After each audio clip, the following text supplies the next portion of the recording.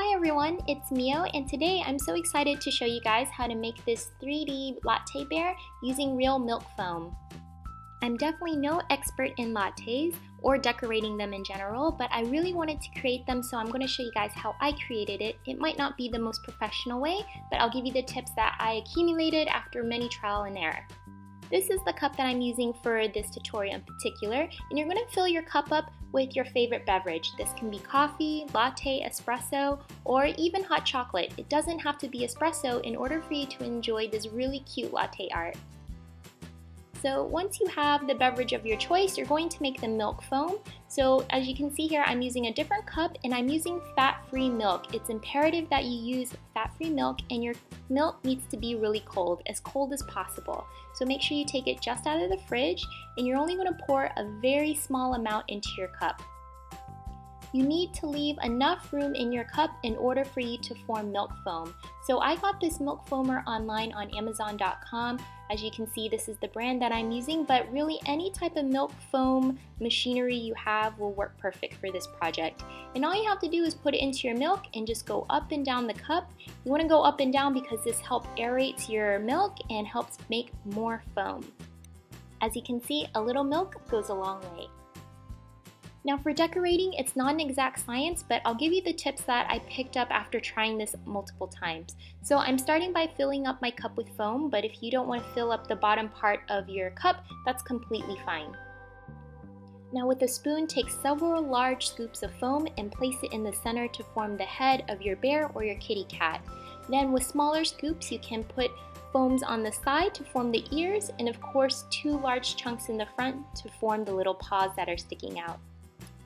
The key to this project is to be really quick, because with time the foam will pop and your little character will disappear. So be as efficient as possible and don't worry about imperfections. As you can see, I'm using the back of a chopstick to fix any parts of the foam that I'm not happy with.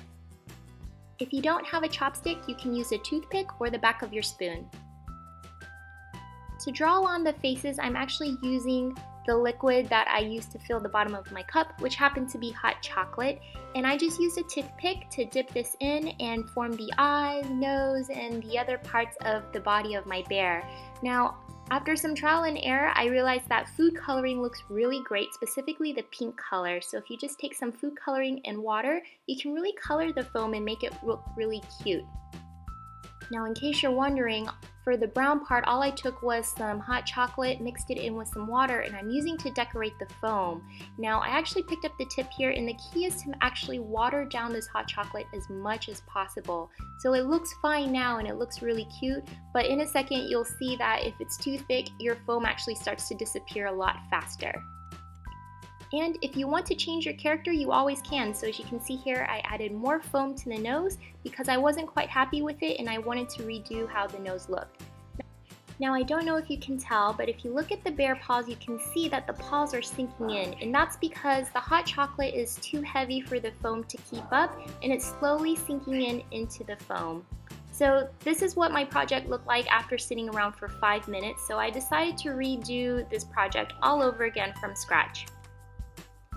I'm using similar techniques that I used earlier, with the exception of I'm using my chopstick a little more often because it actually helps scoop the foam off the spoon, and that way I don't have to shake my spoon several times to get the foam onto the cup. And I'm also using my chopstick a lot more on the rim to help decorate the rim. As you can see, there's a dark brown color around it to look a little more realistic.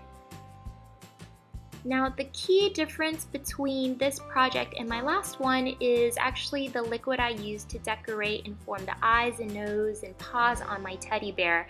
So what I did is I took the same hot chocolate, but I watered it down with a lot more water so that the color is a little bit lighter, but it won't sink in as much as it did the first time into the milk foam. I used the exact same coloration of pink for the face because it actually doesn't sink in, and this is what my final bear product looks like. I think it's an absolutely adorable and cute way to experience your morning coffee if you have some time. I hope you guys enjoy this video and find this tutorial useful. For more like these, please subscribe and give me a thumbs up, and do check out my Instagram. My username is FlyingNeo. I'll catch you guys soon. Good luck everyone!